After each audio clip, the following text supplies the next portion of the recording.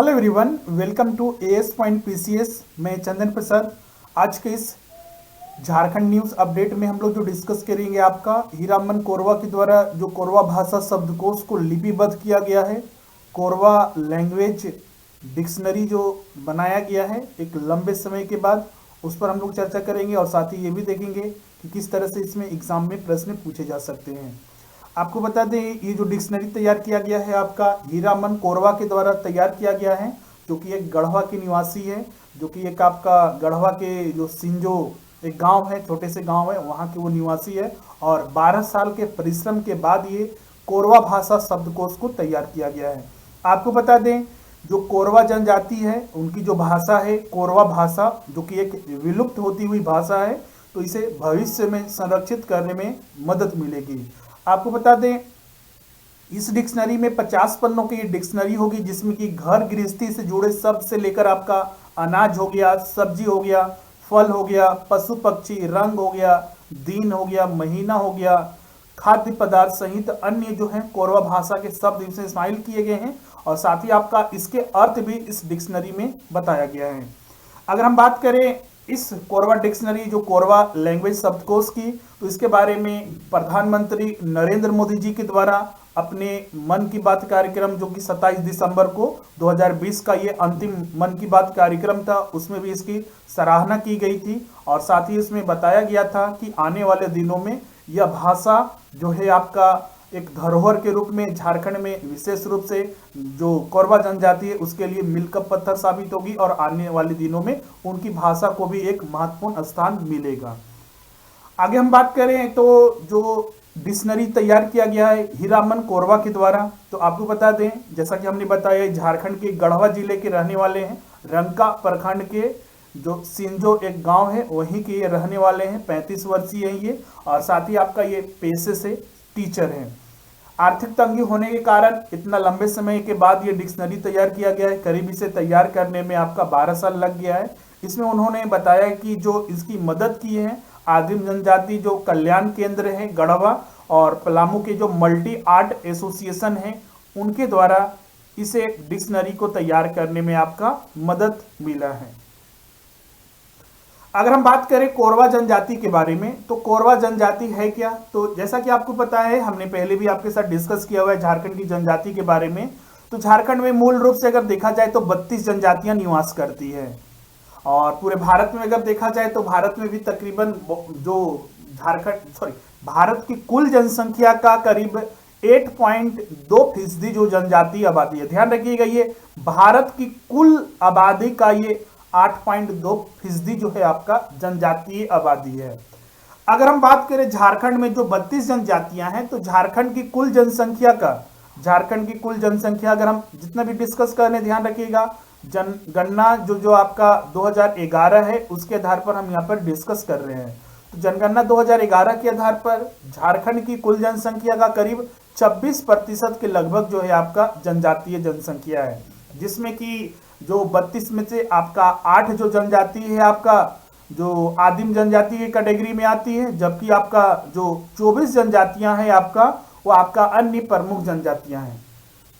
आदिम जनजातियों को अलग कैटेगरी में रखने का क्या कारण है, तो आदिम जनजातियां का अलग कैटेगरी में रखने का मुख्य उद्देश्य है जो वो पिछड़ेपन, बहुत ही ज्यादा पिछड़ेपन का वो शिकार हैं, साथ ही विलुप्त होती हुई वो जनजातियां, उनकी जो भाषा है उसको संरक्षित किया जा सके, आने वाले दिनों में वो ज़्यादा और भी समृद्ध हो सके, इसके लिए ये एक अलग कैटेगरी उनके लिए बनाया गया है। हमने इसके बारे में डिस्कस भी किया था, जैसे कि आदिम जनजातियों के समूह के लिए डाकिया योजना और भी बहुत सारे अन्य योजना चलाई जा रही है जिससे कि उन्हें लाभ मिल सके। कोरवा जनजाति की बात करें तो कोरवा जनजाति भी एक आदिम जनजाति है। जो 8 हमने आदिम जनजाति है उसी में एक कोरवा जनजाति भी आती है। इस जनजाति के बारे में बात करें तो यह जनजाति मुख्य रूप से जो है आपका पलामू प्रमंडल के अंतर्गत निवास करती है, जिसमें कि आपका मुख्य रूप से ये रंका हो गया, धुरकी हो गया, भंडरिया हो गया, चैनपुर हो गया, महुआ डांड हो गया सहित अन्य प्रखंडों में ये झारखंड में निवास करती हैं।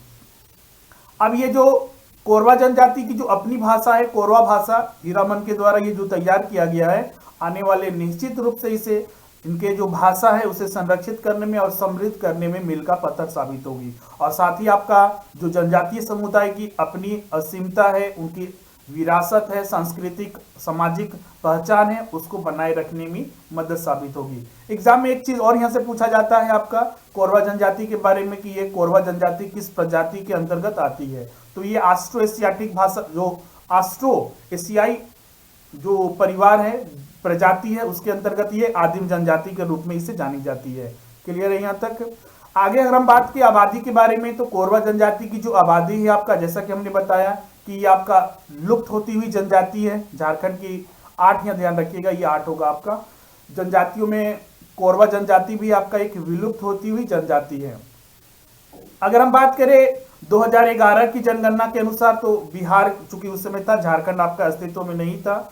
चूंकि 1912 में बिहार अलग हुआ था। उससे पहले क्या 1911 में आपका बंगाल प्रेसिडेंसी के अंतर्गत ही बिहार भी आता था। 1912 में आपका बिहार अलग हुआ था। तो हम लोग यहाँ पर 1911 की जो जनगणना हुई थी ब्रिटिश काल में, उसके आधार पर बात करें तो कोरवा जनजाति की जो जनसंख्या बताई गई थी करीब 13,920 के लगभग बताई गई थी। वहीं 1931 में इसकी जनसंख्या कुछ कम हो गई, 13,021 के लगभग पहुंच गई। 1961 की बात करें तो इनकी जनसंख्या में कुछ बढ़ोतरी हुई और 21,162 के लगभग हुई। फिर लेकिन 1971 तक इनकी जनसंख्या फिर कम हो गई, 18,717 के लगभग पहुंच चुकी थी। अगर हम 81 की बात करें, 1981 में जब बिहार और झारखंड एक साथ था, तो उस समय आपका जो बताया गया था आपका 1981 के लगभग जो कोरवा जनजाति की आबादी थी आपका 21,940 के लगभग थी। और झारखंड बनने के बाद जब जनगणना हुआ 2011 का, जो अभी हाल ही का जनगणना बोल सकते हैं, अभी 2021 में तो होने वाली है फिर से, लेकिन एग्जाम के पॉइंट ऑफ व्यू से आपका 2011 को ध्यान रखना है। 2011 के बाद आधार पर पूछा जा सकता है। तो राज्य में जो कोरवा जनजाति की आबादी है करीब 35,606 के लगभग है। तो इसमें हमने हर तथ्य के बारे में डिस्कस किया है। सबसे पहले तो ये डिक्शनरी जो तैयार किया गया है, किस आधार पर तैयार किया गया है, किनके द्वारा तैयार किया गया है, तो वो सारे एग्जाम में पूछे जा सकते हैं। कोरवा जनजाति के बारे में आपको पता होना चाहिए, जो 8 आदिम जनजाति के अंतर्गत इन्हें शामिल किया जाता है। तो ये सारे प्रश्न आ सकते हैं। साथ ही इसमें पूछा जा सकता है आपका कोरवा जनजाति की विशेषताओं के बारे में, वो मुख्य रूप से कहाँ निवास करते हैं, किस प्रजाति के अंतर्गत आते हैं, इनकी भाषा कौन सी है। तो इन सारे के संबंधित प्रश्न आ सकते हैं। और उनकी आबादी के बारे में, अगर जनसंख्या के बारे में पूछा जाता है, तो ये खासकर 2011, इतना सारा डाटा आपको याद नहीं, ये सब हम आपको समझाने के लिए आपको बता रहे हैं। यहाँ पर 2011 की जनगणना के आधार पर कोरवा जनजाति की जो आबादी है उसको ध्यान में रखिएगा, वो ये एग्जाम में पूछा जा सकता है। एक चीज और यहाँ पर आप नोट कर सकते हैं आपका, जैसा कि हमने बताया कि झारखंड में कुल 32 जनजातियां हैं, जिसमें कि 8 आपका जो आदिम जनजाति हैं और आपका 24 अन्य प्रमुख जनजातियां हैं। तो ध्यान रखिएगा, इसमें जो 8 आदिम जनजाति है, जैसा कि हमने बताया कि कुल जनसंख्या का जो जनजातीय जनसंख्या है करीब 26% के लगभग है। अगर हम जनगणना 2011 की बात करें तो झारखंड की जनसंख्या करीब 3 करोड़ 21 लाख के लगभग होती है। उसमें करीब आपका 86 लाख के करीब आपका 46 लाख से ज्यादा है आपका जनजातीय जनसंख्या। इसमें मात्र जो ये आदिम जनजाति है उनकी संख्या मात्र 1,92,000 के लगभग बताई गई है। तो आप समझ सकते हैं कि ये 8 जनजातियां मिलकर सिर्फ इनकी जनसंख्या 2 लाख के लगभग भी नहीं है। हो सकता है कि 2021 की जनगणना जो 10 साल बाद होती है उसमें स्थितियां बदले, लेकिन अभी तक जब तक वो डाटा नहीं आ सकता है तो उस पर कहना मुश्किल है। तो इसे हम लोग 2011 के बेसिस पर ही लेके चलेंगे। तो आज मुख्य रूप से हमने इस पर डिस्कस किया है और बहुत ही महत्वपूर्ण ये टॉपिक हो जाता है आपके लिए। और एग्जाम में निश्चित है आपका कि इस तरह के वहां से प्रश्न पूछे जा सकते हैं, चाहे इस जनजाति के बारे में पूछा जाए या फिर डिक्शनरी जो तैयार किया गया है उनके बारे में पूछा जाए, कितने सालों के बाद ये तैयार किया गया है। मुख्य रूप से जो डिक्शनरी तैयार किया गया है हीरामन कोरवा के द्वारा, वो कहाँ के निवासी है। तो ये सारे संबंधित प्रश्न पूछे जा सकते हैं। तो इन चीजों को ध्यान में रखिएगा। इसका PDF हमारे टेलीग्राम चैनल as.pcs पर उपलब्ध होगा। तो आज के लिए बस इतना ही। और जो भी छात्र हमारे online courses, offline classes, study material, test series के लिए जुड़ना चाहते हैं तो हमारा नंबर दिया हुआ है, उस पर संपर्क कर सकते हैं। या फिर हमारा जो रांची सेंटर है वहां पर भी आप संपर्क कर सकते हैं। डिस्क्रिप्शन में लिंक भी दिया हुआ है, वहां से भी आप डायरेक्ट ज्वाइन कर सकते हैं। सारे कोर्सेज जो आपको लगता है आप उसे ज्वाइन कर सकते हैं। PT का भी क्लासेस होता है, PT प्लस मेंस के भी क्लासेस यहाँ पर होते हैं। पेपर वाइज भी क्लासेस होते हैं, अगर मान लीजिए आप कुछ ही पेपर करना चाहते हैं तो वो भी आप ज्वाइन कर सकते हैं। स्टडी मटेरियल हम लोग 3 वेरिएंट में आपको देते हैं, पीटी प्लस मेंस या फिर सिर्फ मेंस का ले सकते हैं। टेस्ट सीरीज अभी हमने पीटी का प्रारंभ किया हुआ है, आप उसे ज्वाइन कर सकते हैं।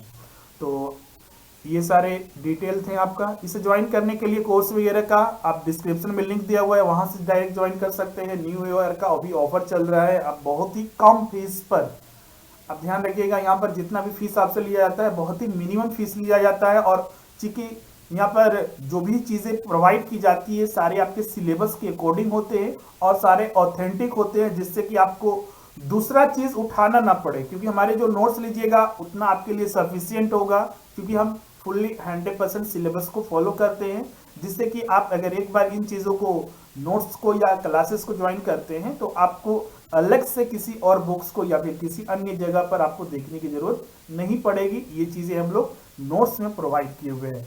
ज़्यादा जानकारी के लिए जो हमारा नंबर दिया हुआ है उस पर भी आप कॉन्टैक्ट कर सकते हैं, एडमिशन ले सकते हैं। तो आज के लिए बस इतना ही, मिलते हैं अगले क्लास में। हमारे चैनल टेलीग्राम चैनल को जरूर ज्वाइन कर लीजिएगा। Thank you everyone.